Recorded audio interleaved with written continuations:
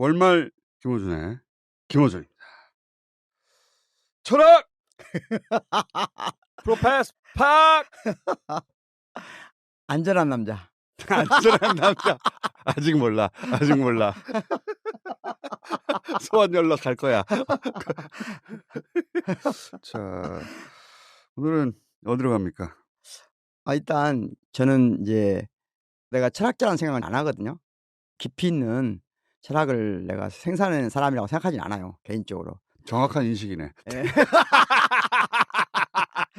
좋은 철학을 접하고 소개하고 이런 정도가 제가 철학 연구자로서 하는 역할이라고 보는데, 다만 그럼에도 불구하고 현실에 대한 끝없는 사유를 해야 된다고 생각하는 입장이에요. 그거 굉장히 중요하다고 예. 생각합니다. 항상 그렇게 생각하는데, 가장 중요한 건 어디선가 큰 고통받는 사람이 있으면 그에 대한 반응이 우선이라고 보거든요.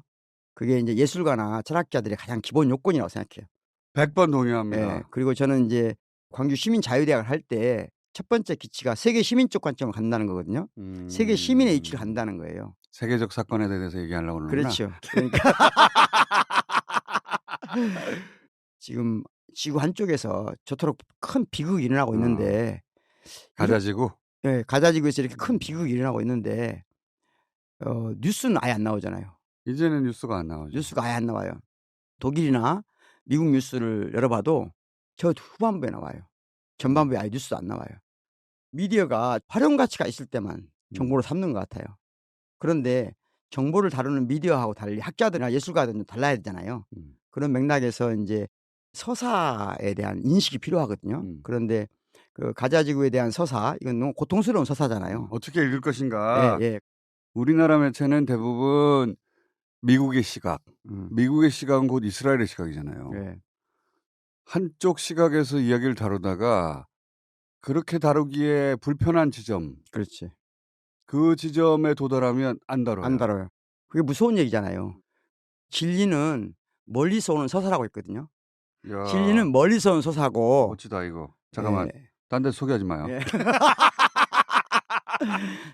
진리는 멀리서 오는 서사. 예. 반면에 정보는 가까운 미래에 닥칠 것을 예견할 때만 가치를 갖는다고 그래요.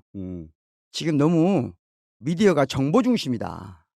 진리는 멀리서 오는 서사라는 게 객관적 거리가 확보될 때 예. 비로소 우리는 그렇죠. 그 진실을 볼 수 있다. 그렇죠. 그리고 그것은 입체적이라는 거죠. 이거 좋은 말인데 이거 누가 한 말이야 이거? 몰라요. 내가 순간적으로 만든 것 같아. 거짓말하지 말고. 누가 한 말이야 이거? 검색해보면 없을 거야 아마. 이거 누가 한 말인지 모르니까 다행이야. 그렇지. 써먹어도 되겠다. 네. 그러면 이게 비극인가 살인행위인가 하는 거예요. 비극이라고 하는 것은 공부했잖아요. 비극이 뭐 어떤 요소를 갖고 있어야 비극이죠? 기억 안 나. 두 세력이 충돌하는데 두 세력 나름대로 정당성이 있을 때예요. 둘 다 오를 때예요. 둘 다 오르는데, 그렇지, 그렇지. 비극에는 그러니까 우연적이면서 동시에 그게 불가피하다는 게 필요하거든요. 각자 입장에서는 각자가 네. 옳은 거야. 하지만 타협할 수 없는 충돌인 거야. 각자가 주장하는 옳은 게 다른 사람이 보기에도 옳아야 되는 거예요. 그러니까 두 정치 세력이 각자가 정당한 것인가 하는 문제예요. 그 맥락에서는 살인이네. 그렇지. 이런 말을 하면 사람들이 항상 선택을 강요해요. 너 어느 편이야? 이게 폭력이란 말이에요. 진리는 멀리서 오는 서사라고 그랬잖아요. 멀리서 오는 서사를 입체적으로 볼 필요가 있다 하는 거예요. 내가 직물적으로 그 현장을 보는 것이 고통스러우니까 외면하더라도 최소한의 예의가 있잖아요. 그렇지. 세계 시민으로서 최소한의 예의가 있잖아요. 그 예의를 지키기 위해서 가자지구에 대해서 조금이라도 생각해봤으면 좋겠다. 교수님이 시작하기 전에 우리 미디어들이 바라보지 않는 각도에서의 입체적인 이해를 위해서 한 단면을 내가 말하고 싶은 대목이 있어. 좋아. 일단 내가 기대는 먼저 안 되는데 해봐. 일단 내가 먼저 할게. 내가 짧으니까 내가 먼저 할게. 이게 오스만 제국이 거기를 지배하다가 1차 그렇죠. 대전 지면서 영국으로 넘어가고 영국이 이제 서 벨푸어라고 벨푸어 경. 그렇지. 그자가 우리로 치면은 이제 조선 총독부지. 그렇지. 조선 총독부로 부임해가지고 유대인들한테 자 팔레스타인 여기다가 니네 독립국가 만들어줄게. 여기서부터 출발한 거란 말이죠. 그렇죠. 왜 그런 얘기를 했죠? 돈 때문에 한 거 아니야. 그렇죠. 돈 때문에. 근데 여기서부터 골 때리는 게 일제가 식민 지배 하러 들어왔어. 근데 만주의 소수민족으로 돌궐이 남아 있었던 거야. 투르크. 근데 걔들이 자본이 좀 있어. 얘네를 끌어들여 가지고 중국하고 싸우는데 써먹어야 되겠네. 그 사람들이 신라가 우리 땅이라고 그래. 예를 들자면. 그렇지. 그런 투르크 애들을 끌어들여 가지고 야 여기 한반도에 니네 나라 세우게 해줄게. 또 하나의 탄이 생기는 거야. 말하자면. 그렇지. 그리고 나서 철수를 해버려. 돌궐 애들이 우리가 서울 근방을 먹어야 되겠다. 그래서 그때 우리한테 꺼지라고 그래. 우리 여기 5,000년 살았는데 야 우리 5,500년 전에 우리 여기 살았어 이러면서. 근데 걔네가 이제 군사적으로 압도적이어서 쫓겨났어 우리가. 어딘가에 쫓겨나가지고 구석탱이 경기도로 갔어. 경기도 한 구탱이에. 근데 돌궐 애들이 힘 세져가지고 이제 야 니네 만주에 가라. 거기 부동산 개발해 줄 테니까 만주에 가라. 그럼 우리 가겠냐고. 그렇지. 그런 거야 지금. 가자 지구 있는 팔레스타인 사람들한테 뭐라고 그러냐면 시나이 반도로 가라. 시나이 반도로. 이스라엘 극우정부가 하는 말이 거기 쫙 개발해 가지고 거기다가 니네 살게 해줄게. 팔레스타인 사람 입장에서는 어떠냐면은 자기가 살던 곳에서 쫓겨날 때 이스라엘 애들이 건국 선언하고 막 쫓아내잖아요. 그 지역에서. 피난민들이 6.25 때 자기 새가는 방에 몰아놓고 잠궈놓고 그리고 피난 갔어요. 열쇠 하나 들고. 왜냐? 돌아올 거니까. 그렇지. 이 사람들도 자기 집 문 잠그고 피난 갔단 말이야. 글로. 그래서 팔레스타인 가자 지구의 상징물이 열쇠예요. 그렇지. 거기 가면 엄청 큰 열쇠를 걸어놨다고. 왜냐하면 집으로 돌아간다 이거야. 그런 사람들한테 야 저기 만주에 가. 안 간단 말이지. 근데 여기서 이제 숨어있는 키포인트가 있는데 서구 미디어들이 이걸 종교전쟁처럼 묘사를 하거든요. 끊임없이. 근데 이스라엘 군에 아랍계들이 꽤 있어요. 그렇지. 만약에 종교전쟁이면 자기하고 같은 종교를 믿는 팔레스타인 사람들을 지지해야지. 하지만 이스라엘 군 내에 있는 아랍계들은 팔레스타인 사람들을 지지하지 않아요. 그 사람들 눈에 이 팔레스타인 사람들은 어떻게 보이냐면 도시 빈민들이 철거해야 되는 지역을 점거하고 있는 사람처럼 보여요. 그래서 같은 편을 들지 않아요. 이스라엘이 어디를 폭격했냐면 가자지구에 그리스 정교 1600년 된 교회를 막 폭격해버렸단 말이야. 기독교계야. 거기는 폭격하면 안 돼. 종교전쟁이면. MB 시절에 용산 재개발한다고 경찰 투입해가지고 강제 철거하다가 용산 참사가 났잖아요. 그런 맥락에서는 부동산 전쟁이기도 한 거예요. 가자지구에서 벌어진 일은 용산 참사하고 맥이 닿는 부분이 있다. 원래 극우 정부는 그런 사람들한테 가차 없잖아요. 예. 재산권을 침해한 사람들을 보는 거지. 그렇지. 그 밑바탕에 부동산 갈등이 있고 재산적 강탈이 있는 거예요. 그런 측면이 있다. 이게 전부를 말할 수는 없어. 그렇지. 근데 그 측면이 그들의 욕망도 자극하는 거예요. 그렇죠. 요 얘기 해놓고 난 조용히. 그래서 더더욱 잔인한 거예요. 예. 멀리서 오는 서사로서 진리는 다면적이라고 했잖아요. 그면도 있고 저면도 있다. 이런 걸 보는 게 중요하고요. 이거 아무도 안 말하는 거예요. 예, 그렇죠. 첫 번째 우리가 알아야 될 것은 이스라엘의 전역에 팔레스타인 살았지 않겠어요? 그들이 다수였지. 그렇지, 다수였어요.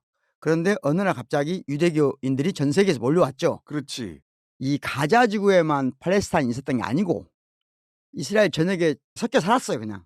팔레스타인 사람들이 다수였기 때문에 그때는 이주하는 유태인들을 가장 반겼던 사람들이에요. 그러니까. 팔레스타인 사람들이. 그렇죠. 같이 잘 살 줄 알았죠. 그렇지. 그런데 그게 이제 중동 전쟁하고 연관이 돼 있어요. 영국이 빠져나가면서 중동 전쟁이 시작되잖아요. 이 가자 지구는 이집트령이에요, 당시에. 이스라엘령이 아니고. 그렇지. 가자 지구는 이집트령, 서한 지구는 요르단령. 그렇죠. 그렇게 돼 있는 거였어요. 그런데 중동 전쟁을 겪으면서 아랍계가 점점 내준 거예요, 이스라엘한테. 내줬지. 내주면서 이제 비극이 시작된 거거든요. 그러면서 이제 제일 문제가 뭐냐면 2005년에 약간의 평화 모드 설정되고 그랬잖아요. 예. 2005년에 어떤 일이 벌어졌냐면 이스라엘에서 가자 지구를 순수화 정책을 써요. 어. 처음 들어보죠? 예. 제 용어니까. 어. 무슨 말이냐면 가자 지구에도 유대인이 살고 있었단 말이에요. 살고 있었지. 예. 근데 2005년도에 유대인을 강제로 출시킵니다. 강제 이주시키죠. 유대인들도 가자 지구를 떠나고 싶지 않았어요. 자기 땅에 있는 사람은 사람들은 그런 거예요. 내 집인데 왜 가? 그래서 그 사람들을 어떻게 이주시키냐면 그냥 떠서 한 사람도 발로 걸어 나온 사람이 없어요. 유대인을 완전히 빼고 팔레스타인 사람으로만 완전히 만들어요. 여기서부터가 나는 비극이 시작이라고 봐요. 이러면 안 되거든요. 인위적으로 어떤 것을 순수화시키는 거.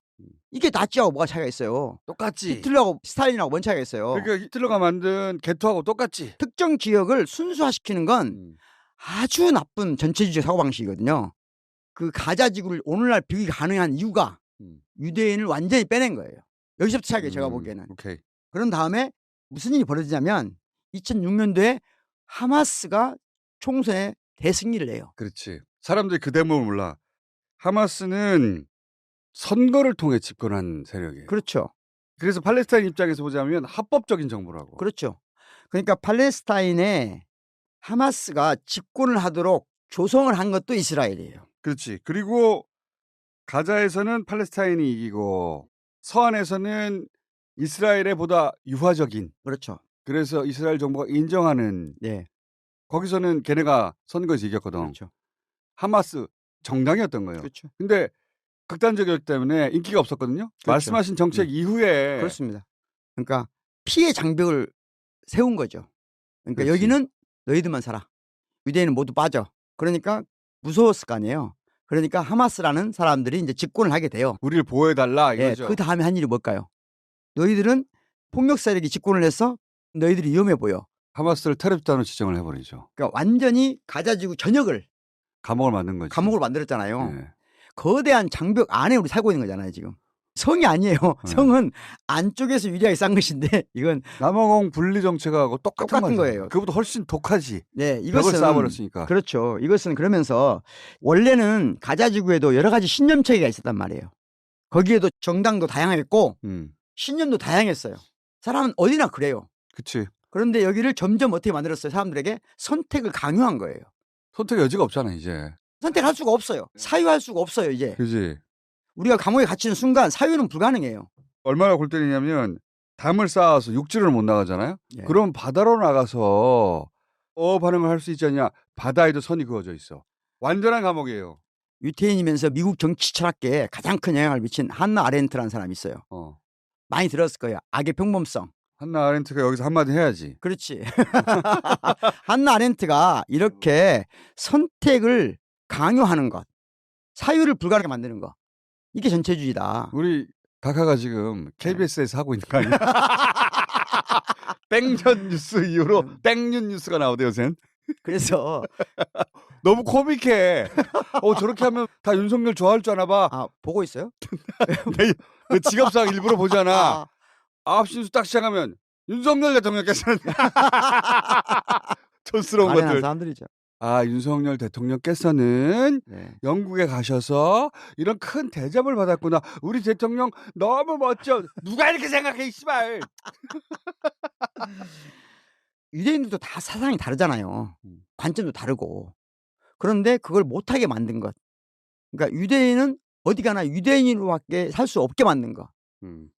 유대인이 유대인으로만 살고 싶었다고 사람들이 생각하는데 그렇지 않아요. 그렇지. 절대 그렇지 않아요.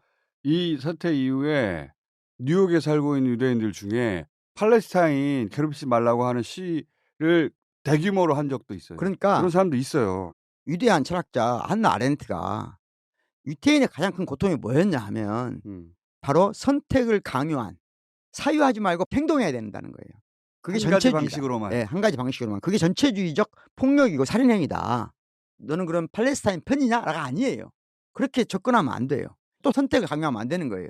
이런 면도 있다는 것을 보라는 거죠. 내가 유태인들한테 참 안 됐잖아. 홀로코스트. 그렇죠. 그때까지 역사를 생각하면 되게 안 됐단 말이에요. 그렇죠. 그리고 내가 어릴 때 유태인들이 그런 고통을 이겨내고 자기 나라를 세우고 얼마나 역경을 이겨낸 민족인가. 나 이런 거 초등학교 때 배웠거든요. 그렇죠. 가르쳐서 학교에서. 근데 나이가 들어서 지금 배낭여행을 가서 아우슈비츠를 갔거든요. 거기 소각장 근처 벤치에 앉아 있는데 한 30대 중반쯤 되는 여자가 옆에 앉는 거야. 대화를 나누게 됐어. 미국 사람이래. 자기 할아버지 할머니가 여기서 돌아가셨다는 거야. 아, 그러냐. 내가 알고 있는 뭐 역사 얘기하고 자기도 얘기하고 막 하다가 근데 점점점 불편해지는 거야. 이 대화를 나누는 게. 왜냐. 나는 유태인을 죽인 사람이 아니잖아. 근데 이 여자의 태도는 자기들이 겪은 고통이 너무 어마어마하기 때문에 모든 인류에게 죄인이 되길 요구하더라고. 나한테 죄의식을 요구하더라고. 아니 그거는 독일 애들한테 요구하고 유럽 애들한테 요구해야지. 나는 상관이 없어. 이게 목까지 올라오는데 그 태도가 너무 비장했구나. 태도가 아 내가 이 여자한테 이런 말까지 할 필요가 있을까? 잘했어. 인류 전체가 죄의식을 가져야 마땅하고 그러므로 우리의 행위는 웬만해서는 다 용서된다. 이게 기본적으로 장착돼 있어요. 저도 이제 독일서 공부하면서 홀로코스트와 관련된 이 비극에 나도 일련의 가해자라는 의식을 가질 필요가 있다라는 생각을 했었어요. 그런데 없애기로 했어요, 나는. 그건 아니다. 나는 그걸 20대 때 없앴어. 그 여자의 태도에 깔려있는 나한테 요구하는 우리만 피해자고 나머지 모두는 가해자잖아. 그걸 방관했잖아. 일본 가면 나가사키하고 히로시마에 똑같이 그렇게 돼 있어요. 여기 오는 모든 세계인들에게 죄의식을 요구해요. 팔레스타인 사람들이 해꾸지한 게 뭐가 있어. 나치가 한 거야. 그렇지. 약자가 그동안 강자로부터 고통을 받았어요. 제일 좋은 태도는 강자와 약자가 없는 세계를 지향해야 되잖아요. 그게 헤겔의 생각이거든요. 헤겔 정신상에 나와 있는 주인과 노예의 변증법이에요. 그런데 현실은 그렇게 안 되더라. 프란츠 파농이라는 사람이 보니까 한번 공부했어 다 이거. 흔적들 같은 게 막 남아있어. 그렇지. 오히려 자기보다 더 약자 위에 주인이 되고 싶어 하더라. 이런 것이 비극이다. 프란츠 파농이 밝혔잖아요. 정신분석학적으로. 가자의 지구는 그런 비극이라는 거예요. 우리가 일제시대 전에는 중국을 섬겼잖아. 그런데 일제가 들어오면서 엄청난 충격을 받았잖아요. 그렇지. 중국이 아니라 이번에 일본인 거야. 중국을 3등 국민으로 만들어요. 우리가 2등이 되고 중국을 3등으로 만들면서 만들어진 비하가 짱깨거든. 그렇지. 중국은 그 정도 비하해줘야 우리가 이 일본 밑에 버티는 게 정서적으로 받아들여지는 거야. 비슷한 거죠 지금. 아씨 오늘 말 잘 안 되네. 다 알아들었어. 다 알아들었지. 내용이 별로 없기 때문에. 중국을 섬기다가 일본을 섬겨야 되는 이 비극이 발생하면 어떤 사람들은 재빨리 중국을 버리고 일본과 하나가 되고 싶어해. 중국을 까면서 위로받고 싶어해. 그게 내선일체고 친일파들이 거기에 동원된 거죠. 실제로 해야 될 일은 일본을 어떻게 격퇴할 것인가. 이거여야 되는데 내선일체 이렇게 바뀌죠. 그때의 그 친일파들도 나름대로 상처가 있었을 거 아니에요. 그죠? 상처 있지. 상처 있죠 당연히. 자기도 주인을 바꿔야 되니까. 내선일체하면 상처가 있죠. 더구나 친일파라고 욕으로 넘어오니까 상처가 있죠. 그 상처가 이상한 방식으로 결합되어 있는 당이 있어요. 당이 있어요. 그런 당이. 그거를 정당화시켜야 돼 끊임없이. 네. 그러니까 그게 비극적인 거예요 사실. 털지를 못하는 거예요. 난 털어야 된다고 생각하거든요. 당연히 털어야죠. 털려면 그 내부에서 성장한 건강한 정치인이 그 당을 이끄는 시기가 와야 돼요. 안 와. 그 당은 한 번도 그런 적이 없어요. 그래서 이분들은 스트레스가 없어. 우리 안에 누가 있냐가 중요하지 않아. 우리를 이기게 해줄 사람만 있으면 언제든지 그 사람과 동맹을 맺을 준비가 돼 있어요. 그것도 스트레스예요. 그럴까? 그래서 윤석열도 빌려오고. 그러니까 내부에서 그 당도 정치가 성장해야 되는데 이번에 또 분당한다 하네. 그건 우리 모두의 비극이에요. 보수가 과거를 털어야 되거든요. 건강하게 출발해야 되잖아. 그거는 안 될 것 같아. 안 될 것 같아. 매우 어려울 것 같아. 그들의 이 작동 방식이 패킹 오더라고 하잖아. 패킹 오더. 모이를 쪼는 순서를 알아야 돼. 내가 몇 번째인지를 알아야 돼.